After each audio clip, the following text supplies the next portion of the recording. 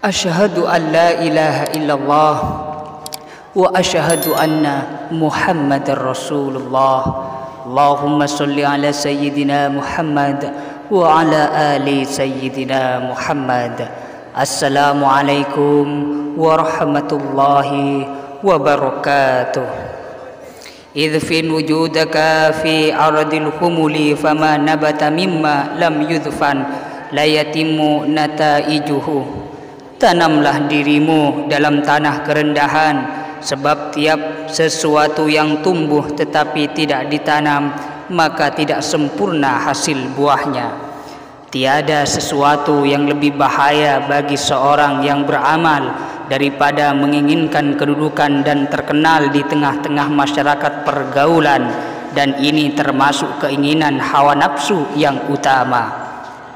Rasulullah sallallahu alaihi wasallam telah bersabda, "Man tawadda'a rafa'ahu Allahu wa man takabbara wada'ahu Allahu." Siapa yang merendah diri, maka Allah akan memuliakannya, dan siapa yang sombong, Allah akan menghinanya. Ibrahim bin Adham rahimakumullah berkata, "Ma sadaqallaha man ahabba syuhrata." Tidak benar-benar bertujuan kepada Allah siapa yang ingin mahsyur atau terkenal. Ayyub Askaktiani rahimakumullah berkata, "Walillahi ma sadaqallaha abdun illa syarrahu an la yash'ura bimakanihi." Demi Allah, tiada seorang hamba yang sungguh-sungguh ikhlas pada Allah, melainkan ia merasa senang, gembira jika ia tidak mengetahui kedudukan dirinya. Mu'az bin Jabal rahimakumullah berkata, bersabda Rasulullah sallallahu alaihi wasallam, "Inna yasiran minar riya'i sirkun wa inna man ada awliya Allahi faqad barazallaha bil muharabati. Wa inna Allaha yuhibbul adqiya al asfiya alladhina idza ghabu lam yuntaqadu wa idza khadaru lam yud'u wa lam yurfa'u qulubuhum masabihul huda yahrujuna min kulli ghabra'a mudlimatin." Sesungguhnya sedikitnya riya itu sudah termasuk syirik, dan siapa yang memusuhi seorang waliullah berarti telah melawan, berperang kepada Allah. Dan Allah kasih sayang pada hamba yang takwa, yang tersembunyi tidak terkenal, yang bila tidak ada tidak dicari, dan bila hadir tidak dipanggil dan tidak dikenal. Hati mereka sebagai pelita hidayat, mereka terhindar dari segala kegelapan kesukaran. Abu Hurairah rahimakumullah berkata, ketika kami di majlis Rasulullah sallallahu alaihi wasallam, tiba-tiba Rasulullah sallallahu alaihi wasallam berkata, "Besok pagi akan ada seorang ahli surga yang sembahyang bersama kamu." Abu Hurairah berkata, "Aku berharap semoga akulah yang ditunjuk oleh Rasulullah itu." Maka pagi-pagi aku sembahyang di belakang Rasulullah sallallahu alaihi wasallam dan tetap tinggal di majlis setelah orang-orang pulang. Tiba-tiba ada seorang hamba hitam berkain compang-camping datang berjabat tangan pada Rasulullah sallallahu alaihi wasallam sambil berkata, "Ya Nabi Allah, doakan semoga aku mati syahid." Maka Rasulullah sallallahu alaihi wasallam berdoa sedang kami mencium bau kasturi dari badannya. Kemudian aku bertanya, "Apakah orang itu ya Rasulullah?" Jawab Nabi, "Ya benar, ia hamba sahaya dari Bani Fulan." Abu Hurairah berkata, "Mengapa tidak kau beli dan kau merdekakan ya Nabiullah?" Jawab Nabi, "Bagaimana aku akan dapat berbuat demikian bila Allah akan menjadikannya seorang raja di surga?" Hai Abu Hurairah, sesungguhnya di surga itu ada raja dan orang-orang terkemuka, dan ini salah seorang raja dan terkemuka.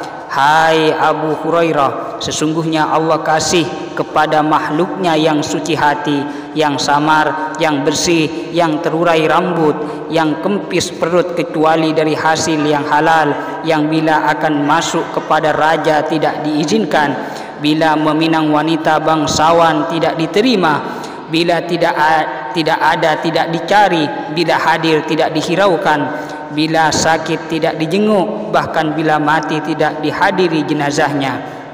Ketika sahabat bertanya, tunjukkan kepada kami seorang dari mereka, jawab Nabi, yaitu Uwais Al-Qarni, seorang berkulit coklat, lebar kedua bahunya, sedang tingginya selalu menundukkan kepalanya sambil membaca Al-Quran, tidak terkenal di bumi tetapi terkenal di langit. Andaikan ia bersungguh-sungguh minta sesuatu kepada Allah, pasti diberinya. Di bawah bahu kirinya ada bekas belang sedikit. Hai Umar dan Ali, jika kamu bertemu padanya, maka mintalah kepadanya supaya membacakan istighfar untukmu. Mana fa'al qalba syai'un mithlu udlatin yadkhulu biha midana fikratin. Tiada sesuatu yang sangat berguna bagi hati dan jiwa sebagaimana menyendiri untuk masuk ke medan berfikir atau bertafakur. Rasulullah sallallahu alaihi wasallam bersabda, perumpamaan teman yang tidak baik bagaikan tukang besi yang membakar besi. Jika engkau tidak terbakar oleh peltikan apinya, maka terkena bau busuknya. Allah mewahyukan kepada Nabi Musa alaihi salam, hai putra Imran, waspadalah selalu dan pilihlah untuk dirimu teman atau sahabat, dan tiap teman atau kawan tidak membantumu untuk membuat taat dan bakti kepadaku, maka ia adalah musuhmu. Demikian pula wahyu Allah kepada Nabi Daud alaihi salam, hai Daud, mengapa engkau menyendiri? Jawab Daud, aku menjauhkan diri dari makhluk untuk mendekat kepadamu. Maka Allah berfirman, hai Daud, waspadalah selalu dan pilihlah untukmu kawan-kawan, dan tiap kawan yang tidak membantu untuk berbakti kepadaku, maka itu adalah musuhmu dan akan menyebabkan keras hatimu serta jauh daripadaku.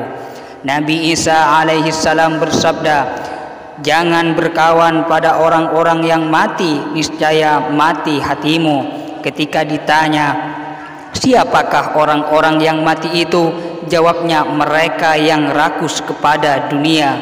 Rasulullah sallallahu alaihi wasallam bersabda, yang sangat aku khawatirkan terhadap umatku ialah kelemahan dalam iman keyakinan.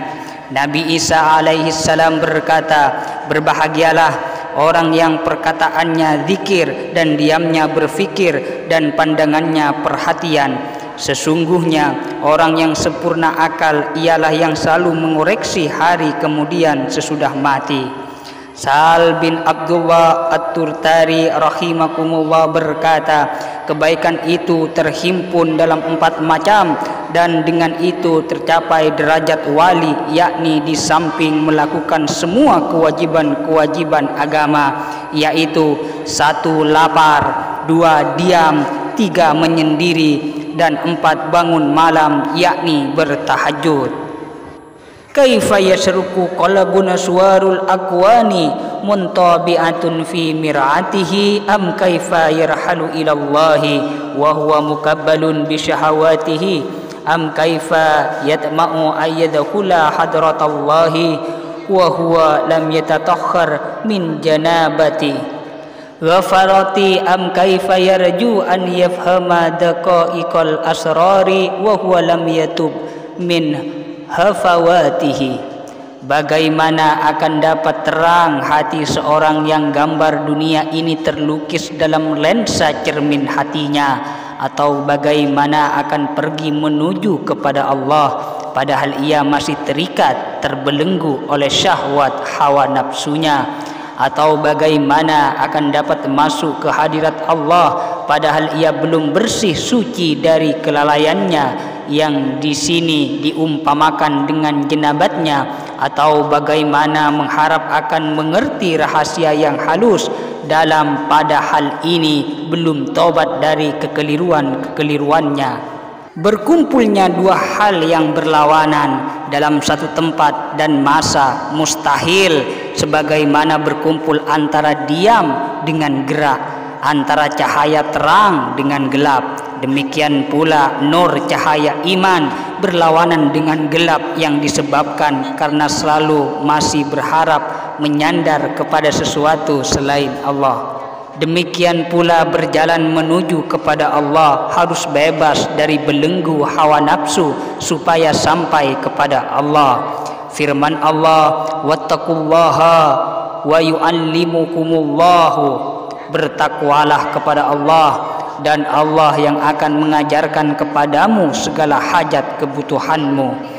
Rasulullah sallallahu alaihi wasallam bersabda, man amila bima aliman warasatullahu ilma ma lam ya'lam. Siapa yang mengamalkan apa yang telah diketahui, maka Allah akan mewariskan kepadanya pengetahuan apa-apa yang belum ia ketahui. Ahmad bin Hanbal rahimakumullah bertemu dengan Ahmad bin Abil Hawari, maka berkata Ahmad bin Hanbal, ceritakanlah kepada kami apa-apa yang pernah kau dapat dari gurumu Abu Sulaiman.